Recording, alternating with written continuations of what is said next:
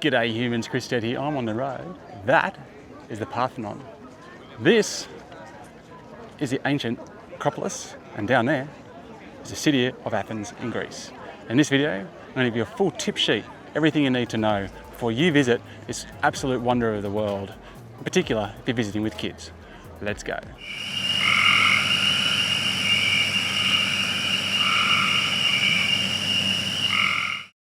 So there's a couple of ways to get in. So you can get in here through the south, depending on what side of the city you're on, which is this entrance right here. You can come in over here, which I think is near the ancient agora, or you can do what we did. We walked up here and came in the entrance here, which is kind of the main entrance where the buses and that drop you off. You can walk up through kind of the tickets. You give your ticket here, you kind of come up. Now, I was saying before, you walk up here, you follow it up, and you can go this way a little bit and take a photo, or you can veer down here. So what we did is we came up through here, spent an hour and a half around here, and we came back, we pushed back into the main queue and then took this route down here so we could see all this stuff, including this amphitheatre. That route was actually closed for us, which would have been the best route for us, but all the way down, and we're going out here, and then we're going to head back around, which is about a 12-minute walk to get back to the start. Okay, well, as you can see, it's absolutely spectacular up here. Like, it's so worth it. And we've got a bluebird day to visit. It's in summer. It's mid-August at the moment. Now, we wanted to beat the sun, so we came up here at 8. We being my wife, I, and our kids 14, 12, and 9. So we were here at about 7:40 this morning, queuing out the front. We had our tickets already with us that were for 8 o'clock. We're actually doing the mega pass here in Athens, the city pass. And there was a pretty decent line when we got here, but it moved really quickly. So don't let the line put you off. And even if you had some ticket issues, we ended up having a few ticket issues. So we got to the entrance and then they said, no, your ticket's not scanning properly. And we had to go back to the ticket office, get new tickets and come back. And that really only cost us about 5 minutes. So it's pretty good.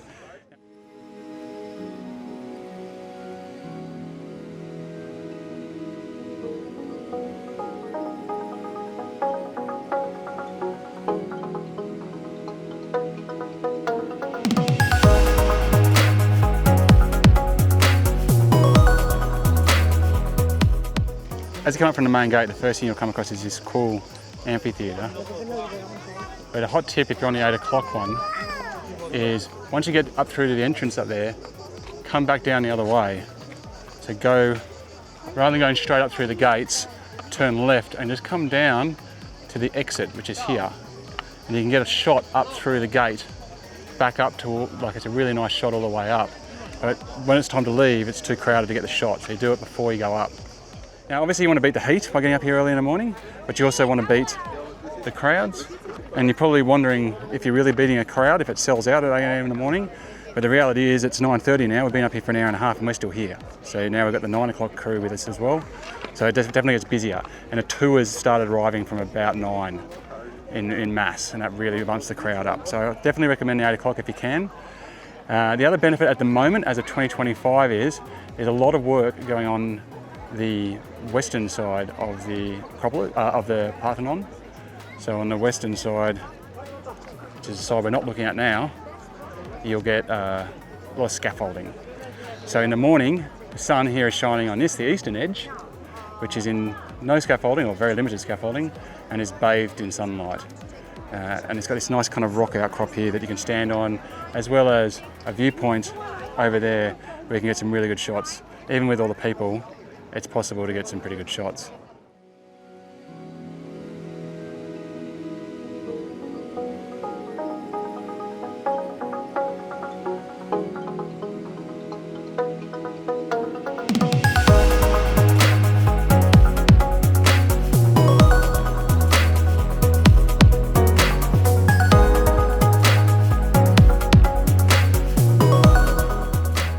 In terms of what to wear and bring with you, there's not much up here. There's no shops or anything, so make sure you come with water. Plenty of water for the kids in particular. Make sure you got the right shoes, because it's covered in this kind of rock and it's been walked on for thousands of years, and it's all polished literally with footsteps. It's very slippery. I'm soldiering through with my thongs as usual, but I am a trained professional. from Australia. But yeah, shoes and socks, or very grippy thongs, I would be coming up here with anything that's slick, or you'll be having injuries. And like I said, yeah, make sure you bring some water and stuff for the kids. Now, the kids have done all right.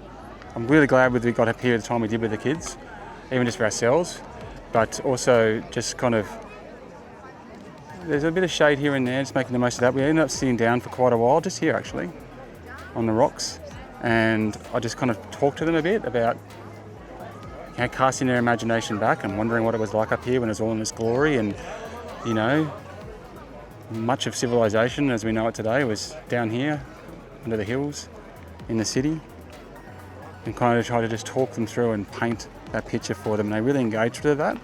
I think it helped normalise it and realise it for them. And with Megapass, we get an audio tour as well. I'm sure you can get them however you want. There's lots of people here on tours, but and I'm sure they're great. I'm not trying to say you shouldn't do a tour. Like, you learn a lot more than you would if you just came here. But the audio tours aren't bad. And so the one with Megapass, you just download it to your phone and you can just play it. So you kind of push in different spots depending on where you're standing, and it'll tell you information about that area. And that works pretty well, especially with a group of 5 of us, because you can just play it and all listen together rather than kind of disappearing into our own earbuds. But otherwise, you can just put the earbuds on if you're by yourself and just walk around your own little world, soaking up the information while seeing the sights. I think it's a great way to do it.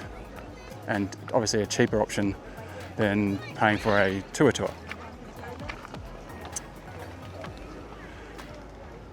The walk up the hill is mild, it's fine. I don't think many people will struggle to do it. And the entrance is absolutely magnificent. You kind of come up through the gates, and it's quite spectacular. Now, obviously a lot of people want to take photos, a lot of people don't take video. You're gonna have to pretty much just give up on trying to get shots without anyone in it, unless you're really, really tall and get some interesting angles. But just keep your etiquette in check. There's been some really poor etiquette. And maybe that's the photographer and content maker in me. I saw one lady though, I've never seen anything like this. There was a guy trying to take a photo of the temple down here actually, and he was standing there with his phone up, and this lady came out of nowhere, and her husband was at the other end trying to take a photo through it, and just stood so close to his camera, her head was basically touching her lens, and just put her hands up while he was taking a photo. And it's just, yeah, I couldn't believe that. So I think just have that in mind. The number one thing is that people, especially up there at the viewpoints, will take the family photo and the photo in front of the Parthenon that they want to take. You know, wait their turn, do their take, and then just mingle and have a chat, and then look at their phone and look at their photos and just go through it all. Even though there's clearly a whole bunch of people queued to take their shot and waiting for their turn. And just don't do that, just get out of the way. You don't have to wait long if you want to take another photo. So, I don't know, is that a tip? Is that a whinge? I don't know. That's just some advice. Now, there's plenty to see outside of the Parthenon and the surrounding temples and so forth. So make sure you do a circle of it. There's obviously well shaded on whatever side the sun's not going on. But you will be able to look down on ruins such as amphitheatres and on the ancient agora, which is also well worth doing. I've done a video on that if you'd like to see it. And this beautiful view of the cities. Athens is such a spectacular city. It's just all white and all the hills are treeless. It's quite like nothing else. And I was last actually standing on this rock 23 years ago, and this vision is the vision of the city more so than the ruins is what I most remember.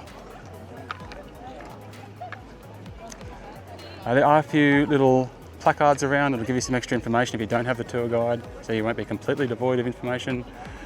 And yeah, like I said, you might want to just work out which side the scaffolding's on at the moment, which is on the same side as it was 23 years ago, the front side, so that you can work out at which time of the day. If this side's the side that's covered in scaffolding, you might want to come closer to dusk, still avoid the heat of the day, and get some better shots with it in the sunlight.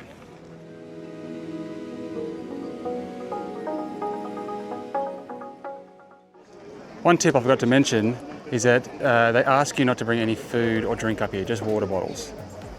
And yeah, so don't bring a packed lunch, don't bring lollies or things like that.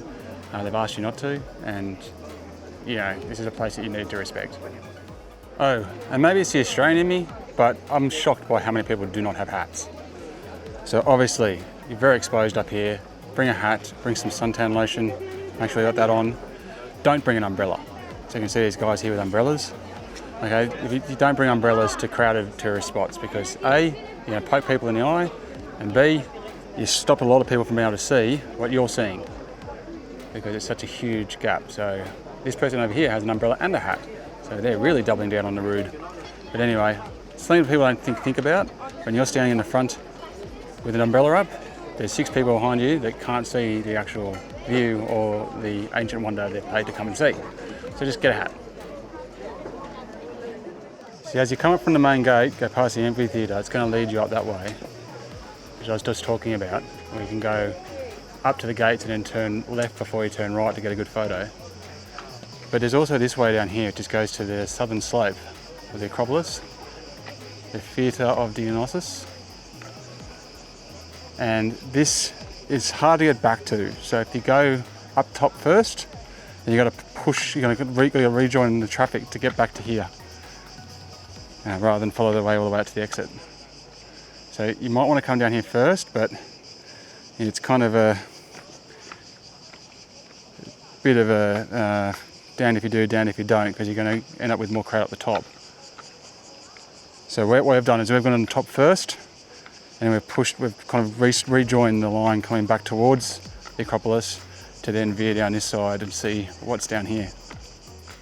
Right, so there's plenty more to see on this south side, so it's definitely worth, if you can, kind of pushing past the exit rope and back into the queue going towards the Acropolis and veering off down here to explore. There's a pretty cool amphitheatre, a lot of ruins, some shade. There's a cave that goes under the Acropolis I didn't even know about. And there's another exit down here, so you can get out. Now you will be on the opposite side from where you started, so just check your map, make sure it's not going to leave you at a real loose end, especially if you're going to get on the hop-on, hop-off bus or something like that. Otherwise, it's a short walk, relatively, really. Like in 10-15 minutes you can walk around past the ancient agora and back to the front. Anyway, there you go guys, there's some tips on a guide to the experience. Come up here to the Acropolis and the Parthenon, one of the all-time greatest experiences you can do. Absolutely worth all the effort and any cents you got to pay for it, because this is a wonder of the world, and it gives you a perspective and a grasp on humanity that just frees the mind and just opens you up to new ways of thinking and thoughts. This access here is really easy. You can just walk. We're kind of staying on the other side of the agora. It's quite a quick walk. It's not hard to get to from anywhere. There are hop-on, hop-off buses that will drop you off here as well, and plenty of cafes, like reasonably affordable cafes and bars and things down the bottom that look back up once you're finished for the day up here. But I reckon, probably between an hour and a half is a good time up here. 2 hours, I think, that's too much. You probably won't need 2 hours up here, unless you're going through every single part of the audio guide or something like that. All right, anyway, I'm Chris Dead. Thank you very much for watching. Make sure you check out my other videos. I'm doing heaps from around the area and through Europe. And until next time, I'm getting back on the road. Yeah.